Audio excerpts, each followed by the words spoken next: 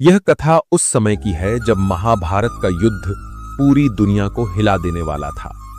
यह कथा महाभारत के एक प्रसिद्ध पात्र भीम की है, जो पांडवों के सबसे बड़े और शक्तिशाली वीर थे। भीम का जीवन संघर्षों और कठिनाइयों से भरा हुआ था, लेकिन उनकी जीवन यात्रा में एक महत्वपूर्ण संदेश छिपा हुआ था।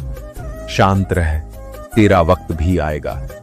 नमस्कार दोस्तों, मैं सुरंजन पवित्र प्रयास की इस पवित्र और गहन यात्रा में आपका आत्मिक स्वागत करता हूं।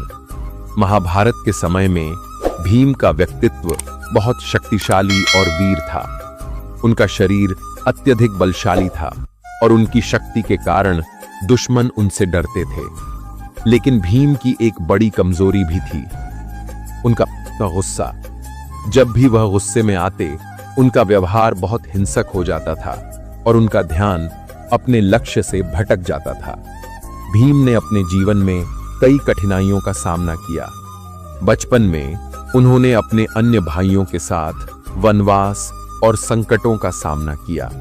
उन्हें कई बार यह एहसास हुआ कि उनके जीवन की राह कितनी कठिन है, और कई बार वह सोचते थे कि क्या वह कभी किसी बड़ी उपलब्धि तक पहुंच पाएंगे। भीम की एक और बड़ी चुनौती थी दुर्योधन, जो कुरुक्षेत्र युद्ध में उनका सबसे बड़ा दुश्मन था। दुर्योधन ने भीम के साथ हमेशा नफरत भरा व्यवहार किया और उन्हें नीचा दिखाने की कोशिश की। दुर्योधन को यह लगता था कि भीम कभी उसे मात नहीं दे पाएंगे, क्योंकि भीम के सामने शारीरिक शक्ति तो थी, लेकिन वह कभी अपने गुस्से पर काबू नहीं पा सकते थे। कई बार भीम का गुस्सा दुर्योधन के साथ मुकाबला करते हुए उनका मानसिक संतुलन बिगाड़ देता था। जब भी वह गुस्से में आते, उनका पूरा ध्यान केवल अपनी शारीरिक शक्ति पर केंद्रित हो जाता और उनका उद्देश्य धूमिल हो जाता। लेकिन समय के साथ भीम ने अपने भीतर एक गहरी समझ विकसित की और शांति की महत्वता को महसूस किया। एक दिन जब भीम जंगल में अपने साथी पांडवों के साथ वनवास कर रहे थे, उन्हें एक साधु संत मिले। उस संत ने भीम से कहा, तुम एक शक्तिशाली योद्धा हो, लेकिन यदि तुम अपने गुस्से को नियंत्रित नहीं कर पाओगे तो तुम्हारी शक्ति का कोई मूल्य नहीं होगा। अपने भीतर की शांति को महसूस करो और तुम्हारा वक्त निश्चित ही आएगा। संत की बातों ने भीम को गहरे सोचने पर मजबूर किया। उन्होंने सोचा कि अगर वह अपने गुस्से पर काबू नहीं पा सकते तो यह शक्ति कभी भी उनका साथ नहीं देगी। उन्होंने शांति और धैर्य को अपने जीवन का हिस्सा बनाने का निर्णय लिया। महाभारत के युद्ध के समय जब भीम ने दुर्योधन के साथ लड़ाई की, वह पहले की तरह गुस्से में नहीं थे। उन्होंने अपनी शक्ति को पूरी तरह से नियंत्रित किया और अपने दिमाग से काम लिया। भीम ने न केवल शारीरिक शक्ति से दुर्योधन को हराया, बल्कि मानसिक रूप से भी खुद को संतुलित किया। युद्ध के इस महत्वपूर्ण पल में भीम ने दिखा दिया कि शांति और धैर्य से काम लेना कितना प्रभावशाली हो सकता है। उनका समय आ चुका था और उन्होंने साबित कर दिया कि अगर आप शांति बनाए रखते हैं और अपने आत्मविश्वास को मजबूत रखते हैं तो किसी भी चुनौती को पार किया जा सकता है। भीम की कहानी हमें यह सिखाती है कि जीवन में आने वाली कठिनाइयों और संघर्षों को अगर शांति और धैर्य के साथ सहन किया जाए तो हम कभी भी अपनी मंजिल तक पहुंच सकते हैं। शांत रह, तेरा वक्त भी आएगा का संदेश यही है कि चाहे परिस्थितियां कितनी भी कठिन क्यों न हों, अगर हम अपने भीतर की शक्ति और शांति पर विश्वास रखते हैं तो एक दिन हमारी मेहनत और धैर्य का फल हमें जरूर मिलेगा। भीम ने दिखाया कि शक्ति केवल शारीरिक नहीं होती, बल्कि मानसिक संतुलन भी बहुत महत्वपूर्ण है। शांत रह, तेरा वक्त भी आएगा का मतलब यह है कि हमें अपनी मेहनत और विश्वास बनाए रखते हुए शांति से अपने रास्ते पर आगे बढ़ते रहना चाहिए, क्योंकि अंततः समय हमेशा सही फल देता है अगर हम धैर्य और शांति बनाए रखते हैं। जब जीवन की राहों में सब साथ छोड़ देते हैं, जब अपने भी पराये लगते हैं, जब सन्नाटा बोलने लगता है और दुनिया तुझे कमजोर समझने लगती है, तब याद रख, तू अकेला नहीं है। तेरे भीतर कोई मौन खड़ा है, वो श्री कृष्ण है। शांति एक ऐसा शब्द जो बहुत छोटा है, लेकिन जीवन की सबसे बड़ी चुनौती है। आज की दुनिया में जहां हर कोई एक दूसरे से आगे निकलने की दौड़ में है, जहां असफलता को कलंक माना जाता है और जहां लोगों की नजरों में टिके रहना ही सफलता का पैमाना बन चुका है, वहां कोई व्यक्ति अगर शांत रहता है तो लोग उसे कमजोर समझ लेते हैं। लेकिन क्या वास्तव में शांत रहना कमजोरी है? कभी श्री कृष्ण को देखिए, उन्होंने जीवन भर कितनी चुनौतियां झेली। जन्म होते ही हत्या का भय, बाल्यकाल में कई राक्षसों से युद्ध, जवानी में मथुरा छोड़कर द्वारका की स्थापना और फिर महाभारत का कुरुक्षेत्र। लेकिन क्या आपने कभी श्री कृष्ण को विचलित होते देखा? उनके चेहरे पर मुस्कान थी, ऐसी मुस्कान जो भीतर के विश्वास से उपजी थी। उन्होंने दुनिया को यही सिखाया कि जब तुम्हारा विश्वास अडिग हो तो तुम्हें शोर करने की जरूरत नहीं पड़ती। शांत रहना कोई कायरता नहीं, यह उस योद्धा का गुण है जो अपनी अग्नि को भीतर सहेज कर रखता है। जैसे अग्नि तब तक भड़कती नहीं जब तक हवा न मिले, वैसे ही महान व्यक्ति तब तक बोलते नहीं जब तक समय न आ जाए। अर्जुन भी तो मौन था जब उसे समझ नहीं आ रहा था कि क्या सही है और क्या गलत। युद्ध भूमि में खड़ा होकर भी जब उसका मन विचलित हुआ तो उसने अपने शस्त्र नीचे रख दिए और तब श्री कृष्ण बोले, धीरे पर प्रभावशाली शब्दों में। उन्होंने कहा, जब तू अपने कर्तव्य से भागेगा तब तू खुद से भी भागेगा। शांत रह अर्जुन, क्योंकि तेरा वक्त आ रहा है। हम में से बहुत से लोग अर्जुन की तरह हैं, भ्रमित, घायल, ठुकराए गए और थके हुए। हमारी मेहनत बेकार जाती है, हमारे सपने टूटते हैं और लोग हमें गंभीरता से नहीं लेते। ऐसे में हम या तो चिल्लाते हैं या टूट जाते हैं। लेकिन इस जीवन का सबसे बड़ा सत्य यही है कि जो उस वक्त शांत रह जाता है वही अंत में विजयी होता है। जीवन हर किसी को परखता है, पर जिस पर ईश्वर की दृष्टि होती है उसे वह सबसे अधिक परखता है।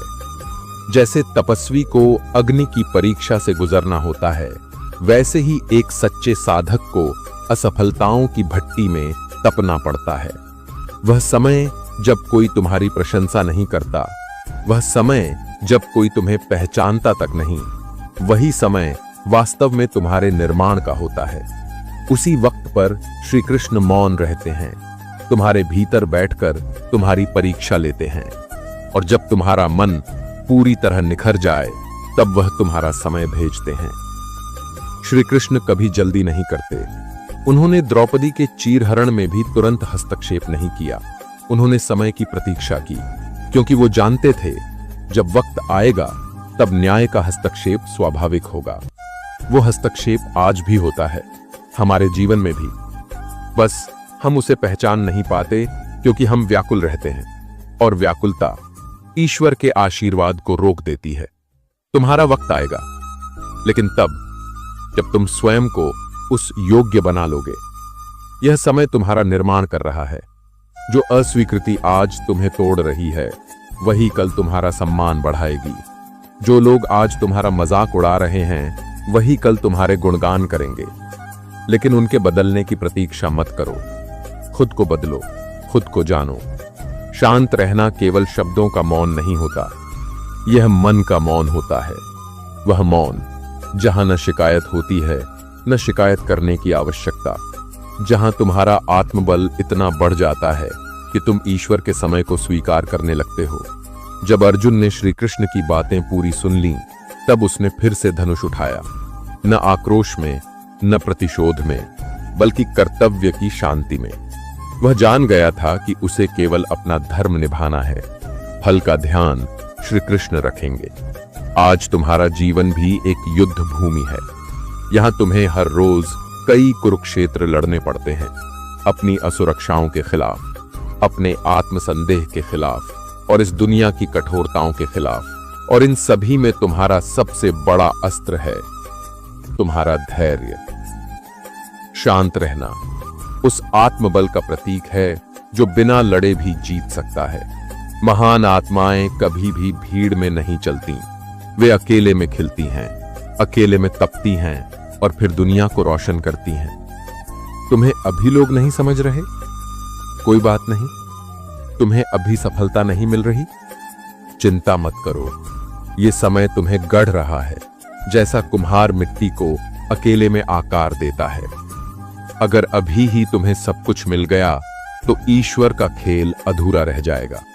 हर वो इंसान जिसने शांति से अपने कठिन समय को जिया है, वो अंत में ऐसा दीपक बना है जिसने औरों के जीवन में उजाला फैलाया है। तुम्हारी चुप्पी को कमजोरी मत समझो, उसे अपने भीतर की साधना बनने दो। लोग कहेंगे कि तुम कुछ नहीं कर रहे, लेकिन तुम जानते हो कि भीतर एक क्रांति जन्म ले रही है। एक दिन वो वक्त आएगा जब तुम्हारे जीवन की सारी चोटें, सारे अपमान और सारी असफलताएं तुम्हारी ताकत बनकर चमकेंगी, और तब दुनिया कहेगी, इसने कैसे किया? तब तुम मुस्कुराओगे श्री कृष्ण की तरह और धीरे से कहोगे, मैं शांत रहा क्योंकि मुझे पता था मेरा वक्त भी आएगा। इसलिए अगर आज तुम्हारा मन टूटा है, अगर रास्ते बंद हैं, अगर लोग तुम्हें समझ नहीं रहे, तो चिंता मत करो।